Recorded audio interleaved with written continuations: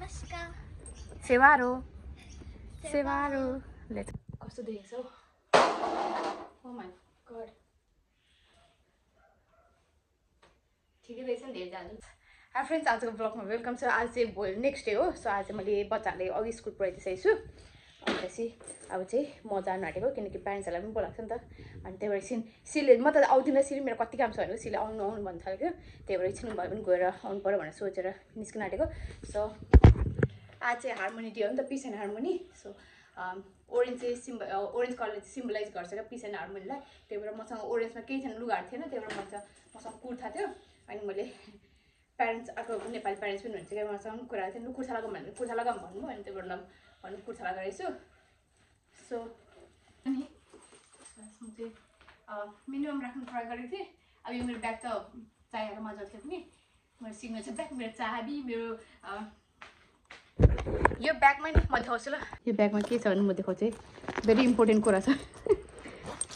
let's see ए मैले निकालिसकेँ क्या oh my God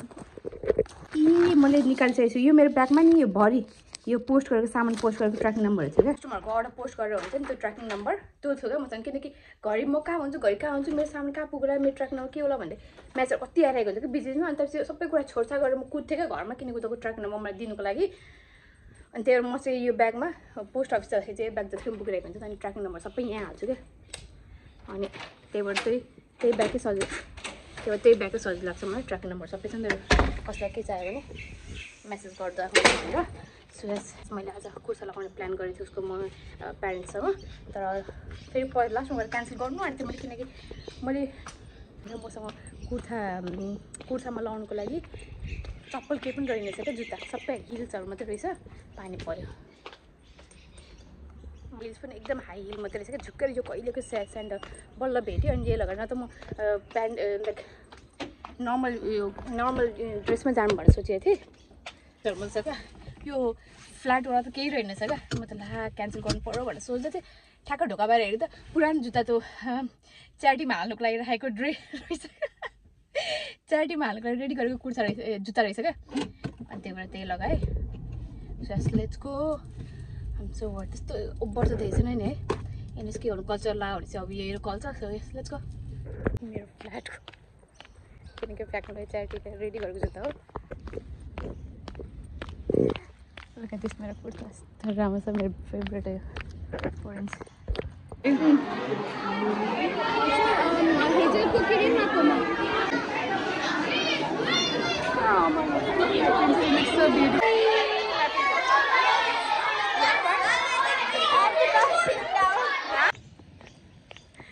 पानी परेर बिजोगेमा क्यामेराको लेन्स सबै भिज्यो एकजना प्यारेन्ट्सको घरमा चिया खान जाउँ भनेर भन्दैछ सो हामी त्यहीँ जान आँटेको चाहिँ अब तपाईँ गर्छ हामी अघि त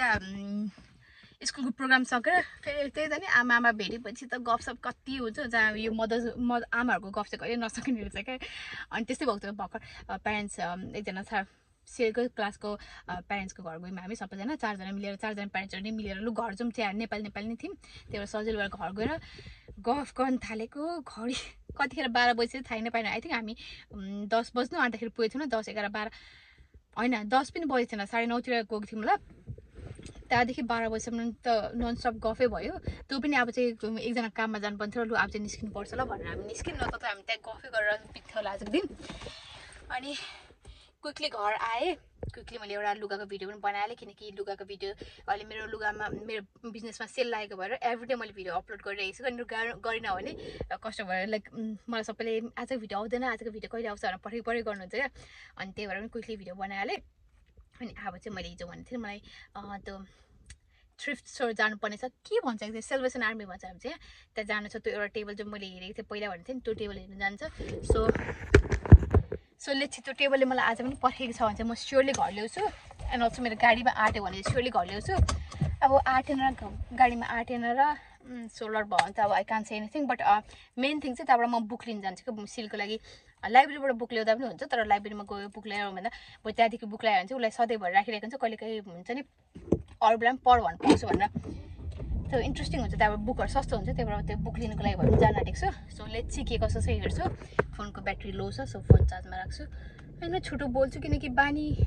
नै छ क्या छोटो बोल्ने बानी छ I can't help with that so yes आजको अहिलेको लागि चाहिँ यति नै त सो यहाँ पुगेँ अब लेट्सी छ कि छैन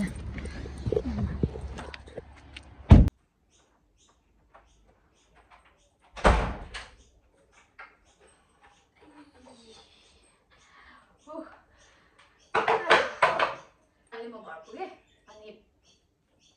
मैले जुन खोजेको टेबल छ त्यो टेबल पाएन कि मलाई थाहा त पाउँदैन भने किनकि त्यहाँ सामान यति छिटो जान्छ कि मलाई स्योर पाउँदैन भने मलाई थाहा नै थियो तर स्टिल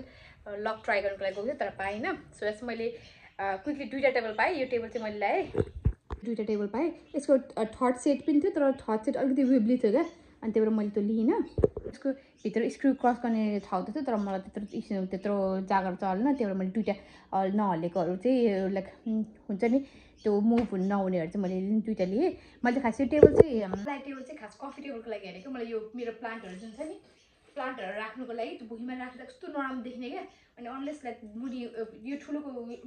लाइक ठुलो प्लान्टको चाहिँ मैले र प्लान्टको चाहिँ त्यसको मैले पट पनि किनेँ अनि मुनि विल पनि किनेको थिएँ क्या अनि त्यसलाई मुभ गर्न सजिलो हुन्थ्यो अनि अरू प्लान्टहरू चाहिँ भुइँमै लाइक फ्लोरमै चाहिँ यता भुइँमै थियो क्या अन्त भुइँमा हुँदा एक त सफा गर्नु कस्तो गाह्रो हुने अनि कस्तो नराम्रो देख्ने क्या त्यो लास्ट टाइम जाँदा चाहिँ मैले कस्तो राम्रो कालोमा ठुलो अग्लो हुडेनको मजाको टेबल पाएको थिएँ त्यो चाहिँ मैले माथि मेरो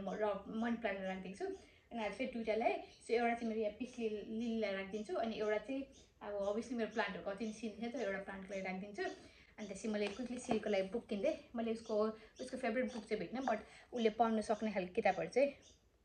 यस्तो यो बुकहरू किनेको छु यो बुकहरू त्यहाँ $1 मात्रै थियो क्या त्यसको मार्क प्राइस $10 छ होइन बट त्यहाँ $1 पाउँछ यो बुकहरू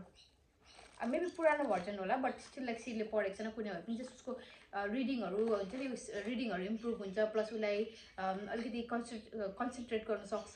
नयाँ वर्ड्सहरू सिक्छ घरमा अलिकति बानी गराउनुको लागि खास चाहिँ मैले बुकहरू किनेको पहिला चाहिँ म केमार्टदेखि किनिन्थेँ होइन केमार्टमा एउटा बुकको $10 पर्थ्यो क्या अनि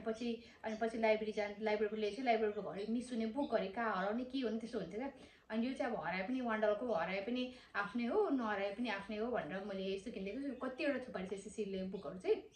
अनि पछि सबै पढिसक्यो भने एक सालले पनि पढ्दा हुन्छ अनि एक साल पनि पढिसकेपछि अब फेरि ब्याक च्यारिटीमा दिँदा हुन्छ अनि यो सबै स्टोरबाट आएको बुकहरू के यो मान्छेले पढेर रिटर्न गरेको बुकहरू नै किनकि केही स्क्राबल केही छैन पेपर च्यातेको केही पनि छैन इट्स ब्रान्ड न्यू नै छ क्या अनि अर्को चाहिँ मैले यो हार्ड केस यो बुक नै हार्ड केसमा छ क्या यो बुक ओन्ली $2 छ क्या सो यो पनि मार्क प्राइस यसको $10 छ क्या यो क्युबिडी यो चाहिँ यहाँ बुक पाउने स्टोर हो होइन यहाँ चाहिँ यसमा सबै बुकहरू पाउँछ अनि मेबी त्यहीँबाट आएको हो यो बुक पनि किन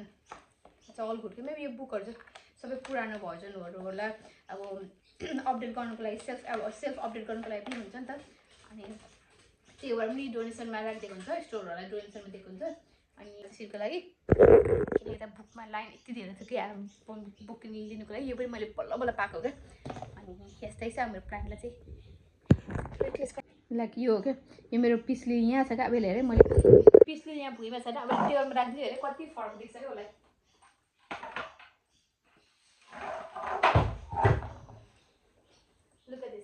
अब कति राम्रो देख्यो नि उसलाई त्यही हो कि भुइँमा राख्दा र यसै माथि अलिकति एलिभेट गर्दाखेरि कति राम्रो देख्छ उनीहरूको हाइट आएपछि कस्तो राम्रो देख्छ सो यस त्यसको लागि हो अब मसँग एउटा बाँकी भयो यसको I think it was only $6 यो टेबलको $6 मात्रै यो पनि स्टोरबाट आएको डोनेसन आएको यो घरबाट मान्छेको घरबाट डोनेसन आएको होइन स्टोरबाट यो स्टोरको डोनेसन हो सो स्टोरहरूमा डिस्प्लेमा राखेको हुन्छ नि त्यो डोनेसन हो यो चाहिँ हिजो भर्खर आएको रहेछ डोनेसनमा यहाँ डेट लेखिरहेछ यसको चाहिँ $8 छ क्या